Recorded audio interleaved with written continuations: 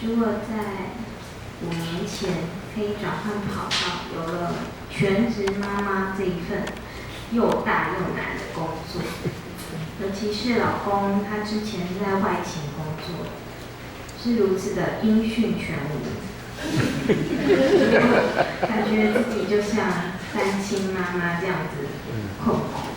但是天父真的谢谢你，兼顾着我手上的工作，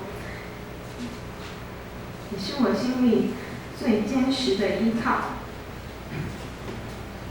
使我熬着练着，到今天仍然有天父你交付我继续未完待续的3宝育儿工作。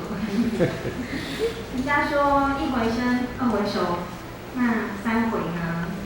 只能说第3回我很享受在其中，而且我很感谢这些年所有的经历，已经好像水到渠成这样子。但其实生命的挑战，我觉得好像打魔王一样，一关比一关有过之而无不及。但是也因为前面神给我的这些历练，我感觉这些挑战呢，又好像不是超过我能够承受的。只要每天抓住天父的应许，而且我坚信你的恩典是够我用的。人家都觉得很多，如果说出来，大家都会觉得啊是巧合啦，种种巧合。但是我知道这不是巧合，是爱我的天父在随时帮助我。因为你说万事都互相效力，叫爱神的得益处。天父，我爱你，并不是因着信靠你，一切之后都很顺利，而是我发现会有更多的挑战在前面。但是那脚前的灯，路上的光，如果不是靠着信心向前面跨出的时候，我真的不知道踩下去是什么。感谢天父也能够让我时常经历你奇妙的作为。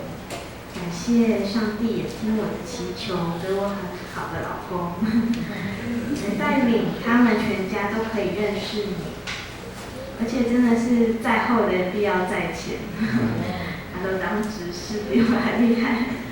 然后也感谢上帝让我们孩子去上幼稚园，好像都在你的计划当中，不费吹灰之力。